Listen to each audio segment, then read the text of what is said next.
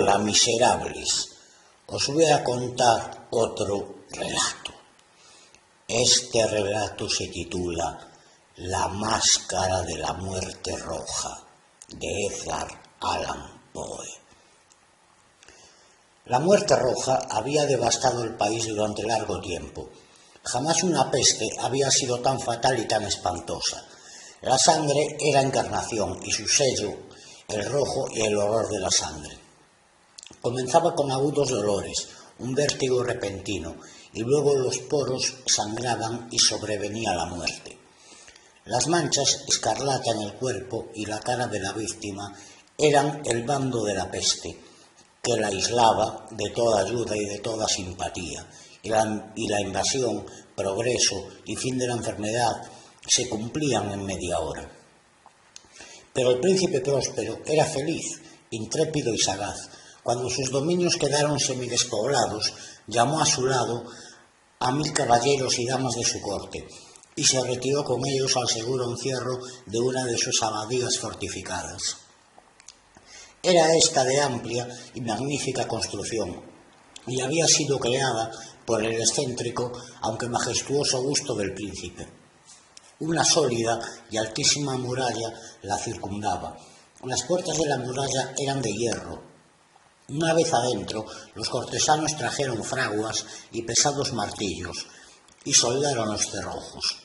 Habían resuelto no dejar ninguna vía de ingreso o de salida a los súbitos impulsos de la desesperación o del frenesí. La abadía estaba ampliamente aprovisionada. Con precauciones semejantes, los cortesanos podían desafiar el contagio. Que el mundo exterior se las arreglara por su cuenta. A ellos no les importaba. Entretanto, era una locura afligirse. El príncipe había reunido todo lo necesario para los placeres. Había bufones, improvisadores, bailarines y músicos. Había hermosura y vino. Todo eso y la seguridad estaban del lado de adentro. Afuera estaba la muerte roja. Al cumplirse el 5º o 6º mes de su reclusión y cuando la peste hacía los más terribles estragos, el príncipe próspero ofreció a sus 1000 amigos un baile de máscaras de la más insólita magnificencia. Aquella mascarada era un cuadro voluptuoso, pero permitan que antes les describa los salones donde se celebraba. Eran 7. Una serie imperial de estancias. En la mayoría de los palacios, la sucesión de salones forma una larga galería en línea recta, pues las dobles puertas se abren hacia adosarse a las paredes, permitiendo que la vista alcance la totalidad de la galería. Pero aquí se trataba de algo muy diferente, como cabía esperar del amor del príncipe por lo extraño. Las estancias se hallaban dispuestas con tal irregularidad que la visión no podía abarcar más de una a la vez. Cada 20 o 30 metros había un brusco recodo, y en cada uno nacía un nuevo efecto. A derecha e izquierda, en mitad de la pared, una alta y estrecha ventana gótica daba a un corredor cerrado, que según el contorno de la serie de salones, las ventanas tenían vitrales cuya coloración variaba con el tono dominante de la decoración del aposento. Si, por ejemplo, la cámara de la extremidad oriental tenía tapicerías azules, vívidamente azules, eran sus ventanas. La segunda estancia ostentaba tapicerías y ornamentos purpúreos, y aquí los vitrales eran púrpura. La tercera era enteramente verde, y lo mismo los cristales. La cuarta había sido decorada e iluminada con tono naranja, la quinta con blanco, la sexta con violeta. El 7º aposento aparecía completamente cubierto de colgaduras de terciopelo negro, que abarcaban el techo y las paredes, cayendo en pliegue sobre una alfombra del mismo material y tonalidad. Pero en esta cámara el color de las ventanas no se correspondía con la decoración. Los cristales eran escarlata, tenían un color de sangre. A pesar de la profusión de ornamentos de oro que aparecían aquí y allá o colgaban de los techos, en aquellas 7 estancias no había lámparas ni candelabros.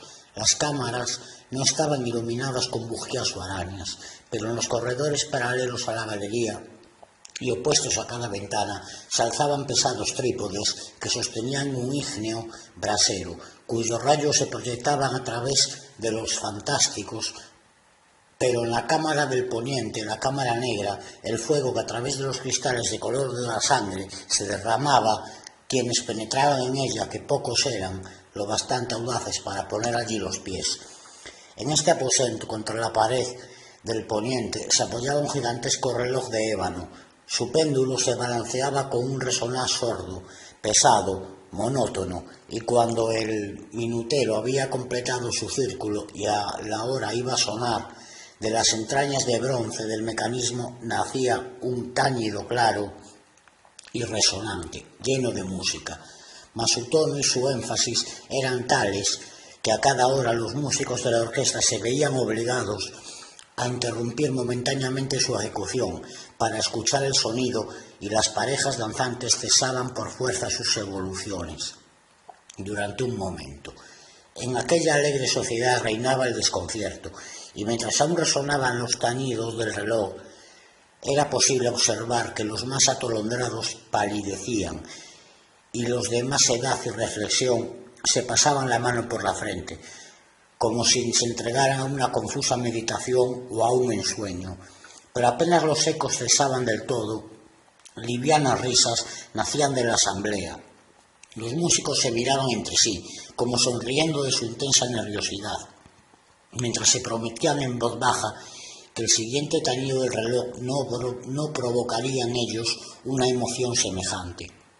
Mas al cabo de 63.600 segundos de tiempo, el reloj daba otra vez la hora, y otra vez nacía el desconcierto, el temblor y la meditación. Pese a ello, la fiesta era alegre y magnífica. El príncipe tenía gustos singulares. Sus ojos se mostraban especialmente sensibles a los colores y sus efectos. Desdeñaba los caprichos de la mera moda. Sus planes eran audaces y ardientes. Sus concepciones brillaban con bárbaro esplendor. Algunos podrían haber creído que estaba loco. Sus cortesanos sentían que no era así. Era necesario oírlo, verlo y tocarlo para tener la seguridad de que no lo estaba. El príncipe se había ocupado personalmente de gran parte de la decoración de las 7 salas destinadas a la gran fiesta. Su gusto había guiado la elección de los disfraces. Grotescos eran estos, a no dudarlo. Reinaba en ellos el brillo, el esplendor, lo picante y lo fantasmagórico. Veíanse figuras de arabesco con siluetas y atuendos incongruentes. Veíanse fantasías delirantes, como las que aman los locos. En verdad, en aquellas 7 cámaras se movía de un lado a otro una multitud de sueños, y aquellos sueños se contorsionaban en todas partes, cambiando de color al pasar por los aposentos, y haciendo que la extraña música de la orquesta pareciera el eco de sus pasos. Mas otra vez tañó el reloj que se alza en el aposento de terciopelo. Por un momento todo queda inmóvil, todo es silencio, salvo la voz del reloj. Los sueños están helados, rígidos en sus posturas, pero los ecos del tañido del reloj se pierden. Apenas han durado un instante y una risa ligera, a media sofocada, flota tras ellos en su fuga. Otra vez crece la música, viven los sueños, contorsionándose al pasar por las ventanas, por las cuales irrumpen los rayos de los trípodes. Mas en la cámara que da al oeste ninguna máscara se aventura, pues la noche avanza y una luz más roja se filtra por los cristales de color de sangre. Aterradora es la tiniebla de las colgaduras negras, y para aquel cuyo pie se pose en la sombría alfombra brota del reloj de ébano un ahogado resonar mucho más solemne que los que alcanzan a oír las máscaras entregadas a la lejana alegría de las otras estancias. Congregábase densa multitud en estas últimas, donde afiebradamente latía el corazón de la vida. Continuaba la fiesta en su torbellino hacia el momento en que comenzaron a oírse los tañidos del reloj, anunciando la medianoche. Cayó entonces la música, como ya he dicho, y las evoluciones de los que bailaban se interrumpieron, y como antes se produjo en todo una cesación angustiosa. Mas esta vez el reloj debía tañer 12 campanadas. y quizá por eso ocurrió que los pensamientos invadieron en mayor número las meditaciones de aquellos que reflexionaban entre la multitud entregada a la fiesta. Y quizá también por eso ocurrió que antes de que los últimos ecos del carrillón se hubieran hundido en el silencio, muchos de los concurrentes tuvieron tiempo para advertir la presencia de una figura enmascarada, que hasta entonces no había llamado la atención de nadie. Y habiendo corrido en un susurro la noticia de aquella nueva presencia, alzóse al final un rumor que expresaba desaprobación, sorpresa y finalmente espanto, horror y repugnancia. En una asamblea de fantasmas como la que acabo de describiros, es de imaginar que una aparición ordinaria no hubiera provocado semejante conmoción. El desenfreno de aquella mascarada no tenía límites, pero la figura en cuestión lo ultrapasaba e iba incluso más allá de lo que el liberal criterio del príncipe toleraba. En el corazón de los más temerarios hay cuerdas que no pueden tocarse sin emoción. Aún el más relajado de los seres, para quien la vida y la muerte son igualmente un juego, sabe que hay cosas con las cuales no se debe de jugar. Los concurrentes parecían sentir en lo más hondo que el traje y la apariencia del desconocido no revelaban ni ingenio ni decoro. Su figura, alta y flaca, estaba envuelta de la cabeza a los pies en una mortaja. La máscara que ocultaba el rostro se parecía de tal manera al semblante de un cadáver ya rígido que el escrutinio más detallado se había visto en dificultades para descubrir el engaño. Cierto, aquella frenética concurrencia podía tolerar, sin no aprobar, semejante disfraz, pero el enmascarado se había atrevido a asumir las apariencias de la muerte roja. Su mortaja estaba salpicada de sangre y su amplia frente, así como el rostro, aparecían manchados por el horror escarlata. Cuando los ojos del príncipe Próspero cayeron sobre la espectral imagen, que ahora con un movimiento lento y solemne, como para dar relieve a su papel, se paseaba entre los bailarines, convulsionóse en el primer momento con un estremecimiento de terror o de disgusto, pero inmediatamente su frente enrojeció de rabia. ¿Quién se atreve? Preguntó con voz ronca a los cortesanos que lo rodeaban. ¿Quién se atreve a insultarnos con esta burla blasfematoria? Apodérense de él y desenmascárelo, para que sepamos a quién vamos a ahorcar al alba en las almenas. Al pronunciar estas palabras, el príncipe Próspero se hallaba en el aposento del este, el aposento azul. Sus acentos resonaron alta y claramente en las 7 estancias, pues el príncipe era hombre temerario y robusto, y la música acababa de cesar a una señal de su mano. Con un grupo de pálidos cortesanos a su lado hallábase el príncipe en el aposento azul. Apenas hubo hablado, los presentes hicieron un movimiento en dirección al intruso, quien en ese instante se hallaba a su alcance, y se acercaba al príncipe con paso sereno y cuidadoso. Mas la indecible aprensión que la insana apariencia de enmascarado había producido en los cortesanos impidió que nadie alzara la mano para detenerlo, y así, sin impedimentos, pasó éste a 1 metro del príncipe. Y mientras la vasta concurrencia retrocedía en un solo impulso hasta pegarse a las paredes, siguió andando ininterrumpidamente, pero con el mismo y solemne paso que desde el principio lo había distinguido.